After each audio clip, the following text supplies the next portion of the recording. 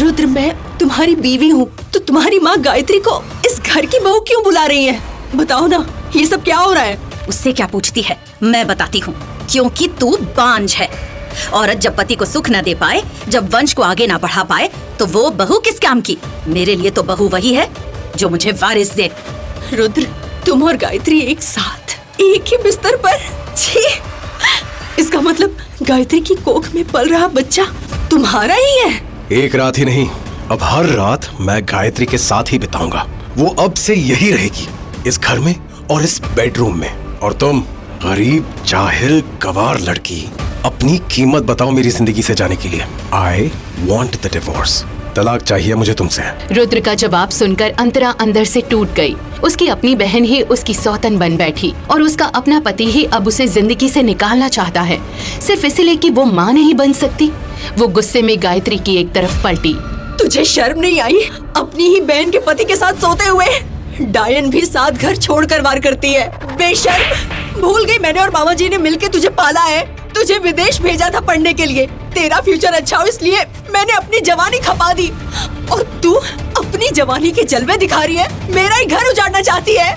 मुझ पर एहसान करना बंद करो दीदी। मैंने कहा था क्या तुमसे ये सब करने के लिए, त्याग की मूर्ति बनने के लिए? और मेरे माँ बाप ने जो किया है वो उनका फर्ज था, उसके लिए मुझे सुनाने की जरूरत नहीं है। मेरा सर दर्द हो रहा है, अपने मेलोड्रामा को बंद करो। बस बहुत हुआ अंतरा, अब अगर तुमने गायत्री को और स्ट्रेस दिया तो मुझसे बुरा कोई नहीं होगा।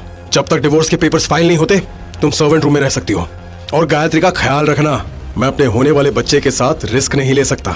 हाँ बेटा, इसको बोल दे कि मेरे वंश को वारिस देने वाली बहू की खातिरदारी में कोई भी कमी नहीं होनी चाहिए, नहीं तो मैं इस बांझ मनहूस को कहीं का नहीं छोड़ूंगी। आप औरत होकर भी एक औरत के लिए इतना बुरा कैसे सोच सकती हैं?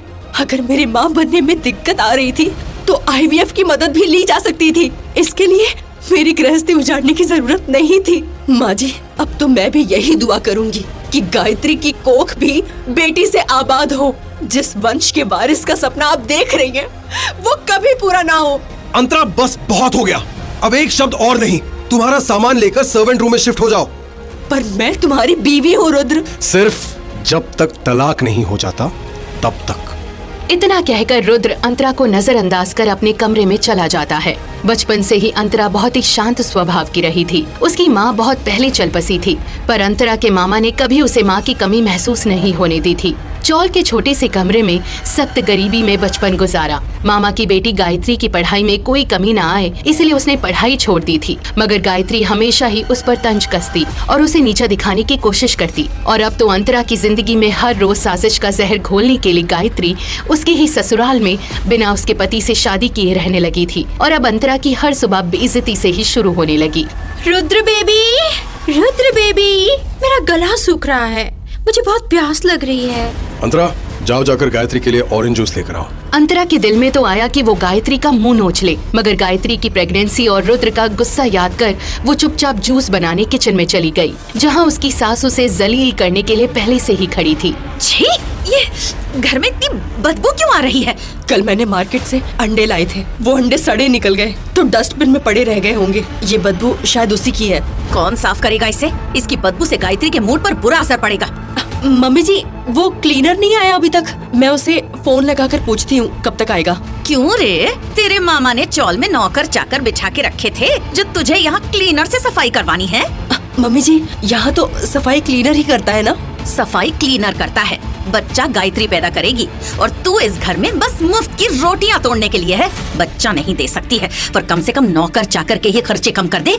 माँ जी, मैं तो रुद्र का दिल जीतने के लिए बहुत कोशिश करती हूँ, पर वो मेरे करीब ही नहीं आता, तो मैं क्या करूँ? अरे तेरे जैसी अनपढ़ भिखारन के करीब तो मेरे घर का कुत्ता भी न जाए। कपड़े देख अपने, लड़कियाँ कपड़े पहनती हैं पति को रिझाने के लिए। तुझे तो लगता है आज किसी लड़के ने ऊपर से नीचे तक देखा भी नहीं होगा। तुझे क्या पता रूप सौंदर्य क्या होता है? अपनी छोटी बहन से ही कुछ सीख लिया होता। पता नहीं मेरे ससुर ने तुझ में क्या देखा ऐसा कि मेरे बेचारे रुद्र के सर पर मर दिया तुझे। चौल की लड़की को इतने बड़े आहूजाम महल में लाकर बिठा दिया।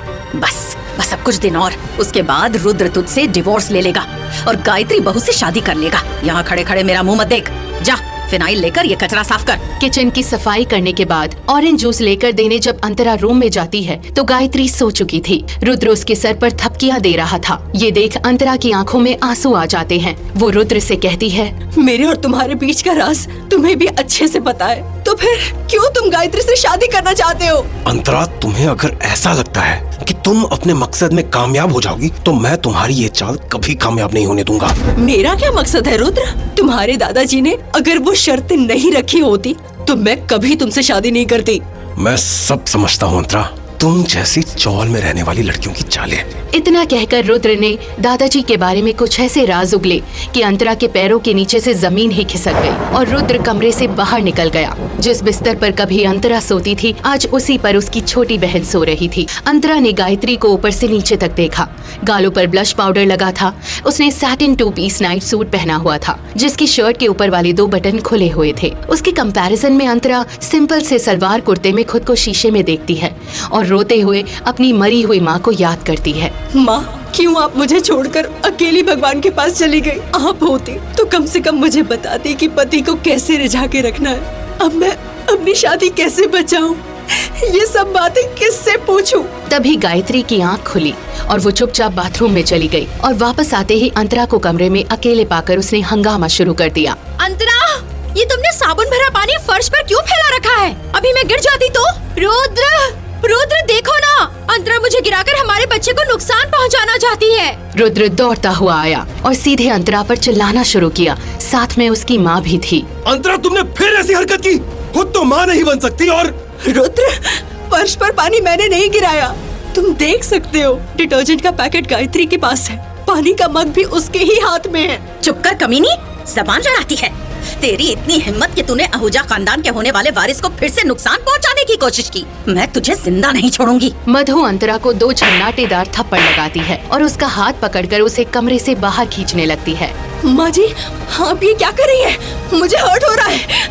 आप एक शादीशुदा औरत को उसके पति के कमरे से ऐसे नहीं निकाल सकती। पर आज मधु आहूजा का इरादा ही कुछ और था। अंतरा ने सपने में भी नहीं सोचा था कि उसके साथ ऐसा कुछ होगा। माँ जी, रुद्र कुछ बोलो, माँ जी को रोको प्लीज। मधु आहूजा उसे सीढ़ियों पर घसीटते हुए नीचे लाती है। मधु आहूजा अंतरा को घर के मेन गेट पर लाकर खड़ा कर देती है और जिस रुद्र से अंतरा मदद की गुहार लगा रही थी वो खुद दरवाजा खोलकर अंतरा को शहर के सबसे पॉश एरिया में बने आहूजा हाउस के बाहर धकेल देता है। Get out of my house. मैं कहाँ जाऊंगी? प्लीज ऐसा मत करो रुद्र, मैं तुम्हारी बीवी हूँ, तुम जैसे रखोगे मैं रह लूंगी। प्लीज मुझे बाहर मत निकालो।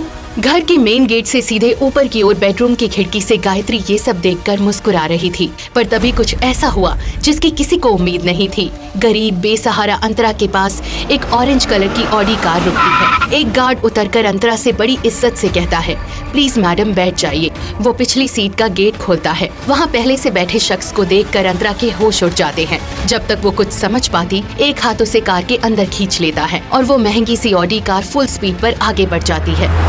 कौन था वो जो अंतरा को अपने साथ ले गया? क्या कोई मसीहा था या अंतरा होगी किसी साजिश का शिकार? मैं तुम्हारा पति नहीं हूँ अंतरा, लेकिन उससे कहीं ज्यादा तुमसे प्यार करता हूँ। तो फिर ये चेहरा क्यों छुपा रखा है? ताकि तुम्हारे पति का असली चेहरा तुम्हारे सामने ला सकूं।